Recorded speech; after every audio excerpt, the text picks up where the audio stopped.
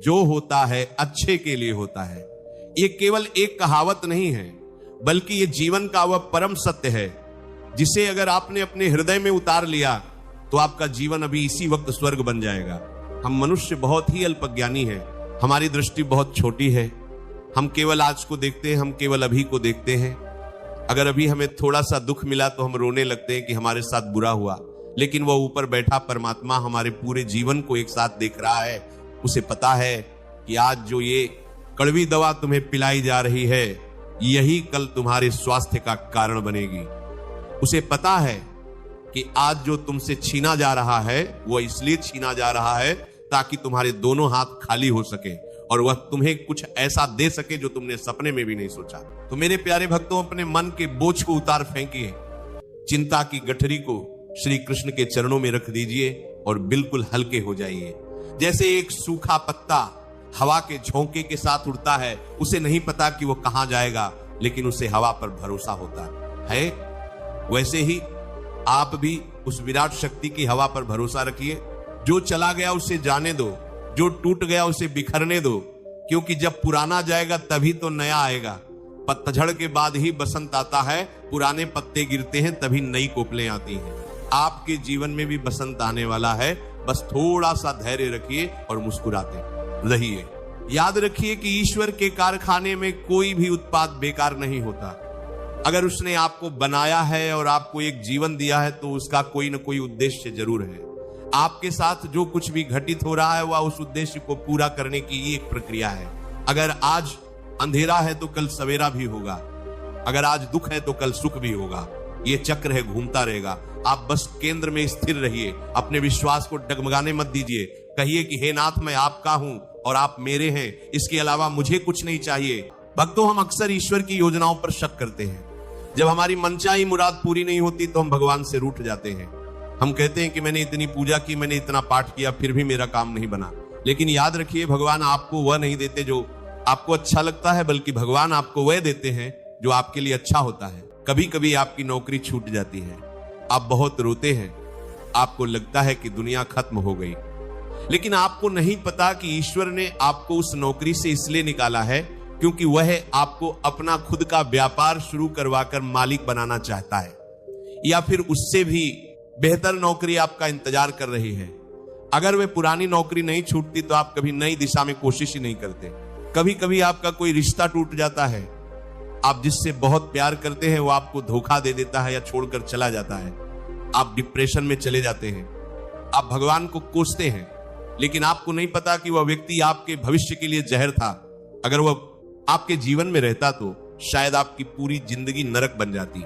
भगवान ने उस रिश्ते को तोड़कर आपको एक बहुत बड़ी मुसीबत से बचाया है। ये तो उनका धन्यवाद करने का समय है ना कि रोने का। कभी कभी हमारी बस छूट जाती है या ट्रेन छूट जाती है और हम बहुत झुंझलाते हैं, लेकिन बाद में पता चलता है कि वह बस आगे जाकर दुर्घटनाग्रस्त हो गई। तब हम भगवान का शुक्र मनाते हैं। भक्तों, हमारी दृष्टि बहुत सीमित है। हम दीवार के इस पार खड़े हैं और भगवान दीवार के उस पार खड़े हैं।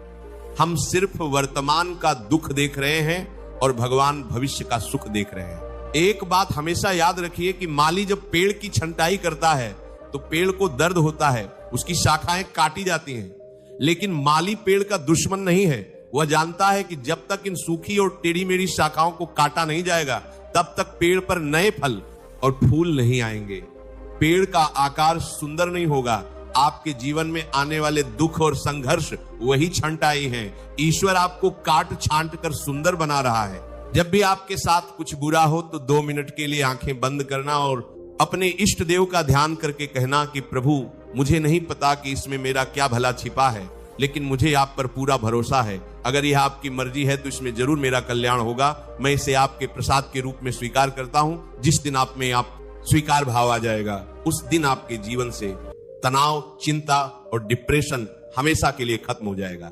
श्री कृष्ण ने अर्जुन से कहा कि हे अर्जुन, तू केवल कर्म कर, परिणाम की चिंता मत कर, क्योंकि परिणाम मेरे हाथ में है और जो मेरे हाथ में है वो कभी गलत हो ही नहीं सकता। अगर मैं विष भी दूंगा तो वह अमृत बनकर ही तेरे पास आएगा। मीराबाई को राणा ने विष का प्याला भेजा था। मीरा जानती थी कि यह विष है, लेकिन उन्हें अपने गिरधर गोपाल पर इतना भरोसा था कि उन्होंने हंसते हंसते वो विष पी लिया और कहा कि जो मेरे प्रभु ने भेजा है वह तो चरणामृत ही होगा।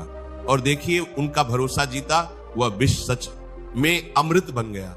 आजकल के लोग थोड़ा सा नुकसान होते ही टूट जाते हैं, आत्महत्या जैसे विचार मन में लाने लगते हैं। अरे पगले, तूने अभी फिल्म का सिर्फ इंटरवल देखा है, पूरी फिल्म तो अभी बाकी है। हो सकता है कि कहानी का अंत बहुत ही शानदार हो, क्लाइमेक्स अभी आना बाकी है। धैर्य रख। जिस पत्थर को छेनी और हथौड़ी की चोट से डर लगता है वह कभी मूर्ति नहीं बन सकता। उसे हमेशा सीढ़ियों पर ही रहना पड़ता है जहां लोग उस पर पैर रख कर जाते हैं। लेकिन जो पत्थर चोट सह लेता है वह गर्भगृह में भगवान की मूर्ति बनकर विराजता है और दुनिया उसे पूजती है। आपको क्या बनना है? सीढ़ी का पत्थर या भगवान की मूर्ति? अगर मूर्ति बनना है तो चोट सहनी पड़ेगी और यह मानना पड़ेगा कि यह चोट मेरे भले के लिए है। आप अपने अतीत को मुड़कर देखिए। आपके जीवन में ऐसी कई घटनाएं हुई होंगी जब आपको लगा होगा कि सब खत्म हो गया, लेकिन आज जब आप पीछे मुड़कर देखते हैं तो आपको एहसास होता है कि अगर वह घटना नहीं हुई होती तो आज आप यहां नहीं होते जहां आप हैं। वह ठोकर आपको सही रास्ते पर लाने के लिए जरूरी थी। भक्तों, विश्वास एक ऐसी शक्ति है जो असंभव को संभव बना देती है। एक छोटा बच्चा अपने पिता के कंधे पर बैठा होता है, वह बेफिक्र होता है, उसे नीचे गिरने का डर नहीं होता। उसे पता है कि मेरे पिता ने मुझे पकड़ा हुआ है। क्या हमारा भरोसा उस बच्चे जैसा है? हम कहते तो हैं कि भगवान हमारे पिता है, लेकिन हम हर पल डरते रहते हैं। हमें लगता है कि भगवान हमें गिरा देंगे। ये कैसा विश्वास है? प्रारब्ध पहले रचा पीछे रचा शरीर। आपके जन्म लेने से पहले ही ईश्वर ने आपके जीवन की पूरी पटकथा लिख दी है। आपके सुख, आपके दुख, आपकी सफलता, आपकी असफलता, सब कुछ तय है। और वह परम दयालु है। वह कभी भी अपने बच्चों का हित नहीं कर सकता।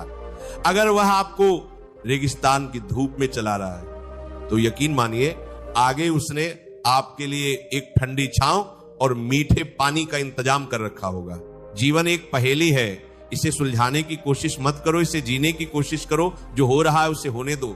नदी के बहाव के साथ बहना सीखो। नदी के बहाव के खिलाफ तैरोगे तो थक जाओगे और डूब जाओगे, लेकिन अगर समर्पण कर दोगे और खुद को बहाव में छोड़ दोगे तो नदी खुद तुम्हें किनारे लगा देगी। ईश्वर की इच्छा के साथ अपनी इच्छा को मिला दो। आज से शिकायत करना बंद करो। ये मत कहो कि मेरे साथ ही ऐसा क्यों हुआ, बल्कि ये कहो कि प्रभु आपका धन्यवाद कि आपने मुझे इस योग्य समझा कि मैं इस परीक्षा को दे सकूं। मुझे शक्ति दो कि मैं इसमें पास हो सकूं। सकारात्मक सोच का जादू देखिए। जब आप हर घटना में अच्छाई ढूंढने लगते हैं तो आपका दिमाग वैसे ही काम करने लगता है। अगर आप ट्रैफिक में फंस गए हैं तो बजाय गुस्सा होने के ये सोचिए कि शायद भगवान ने मुझे किसी दुर्घटना से बचाने के लिए यहां रोका है, मुझे अपने परिवार से फोन पर बात करने का वक्त दिया है। नजरिया बदलते ही नजारा बदल जाता है। रावण बहुत ज्ञानी था, लेकिन वह भगवान की योजना को स्वीकार नहीं कर पाया। उसे लगा कि वह अपनी मर्जी से सब कुछ चला लेगा, और अंत में क्या हुआ? विनाश। विभीषण ने भगवान की मर्जी को स्वीकार किया। उसने अपमान सहा, लात खाई, लेकिन कहा कि जो राम जी की मर्जी, और अंत में वह लंका का राजा बना। समर्पण में ही विजय है। मुझे पूरा विश्वास है आज से आप रोएंगे नहीं, बल्कि हर परिस्थिति का स्वागत करेंगे। अब समय आ गया है आपसे विदा लेने का, लेकिन जाने से पहले मेरी आपसे एक विनती है। अगर आपको आज का यह वीडियो प्रेरणादायक लगा हो और इसने आपके मनोबल को सहारा दिया हो तो कृपया इसे लाइक करें। आपका एक लाइक हमारे लिए बहुत मायने रखता है। ऐसे ही जीवन को सही दिशा दिखाने वाले सत्संग और संदेश पाने के लिए चैनल को सब्सक्राइब करें और बेल आइकन जरूर दबाएं ताकि कोई भी नया संदेश आपसे छूट न जाए। अपने पूर्ण भाव को प्रकट करने के लिए कमेंट में प्रेम से राधे राधे लिखें। ये केवल शब्द नहीं, आत्मा की पुकार है जो सीधे गोविंद तक पहुंचती है। इस वीडियो को उन दोस्तों और परिवार वालों के साथ जरूर शेयर करें जो जीवन की परेशानियों से जूझ रहे हैं। आपका एक शेयर उनके जीवन में नई आशा जगा सकता है। तो आइए अपने जीवन की डोर सांवरिया के हाथों सौंपते हुए प्रेम से कहें, राधे राधे। जय श्री कृष्ण।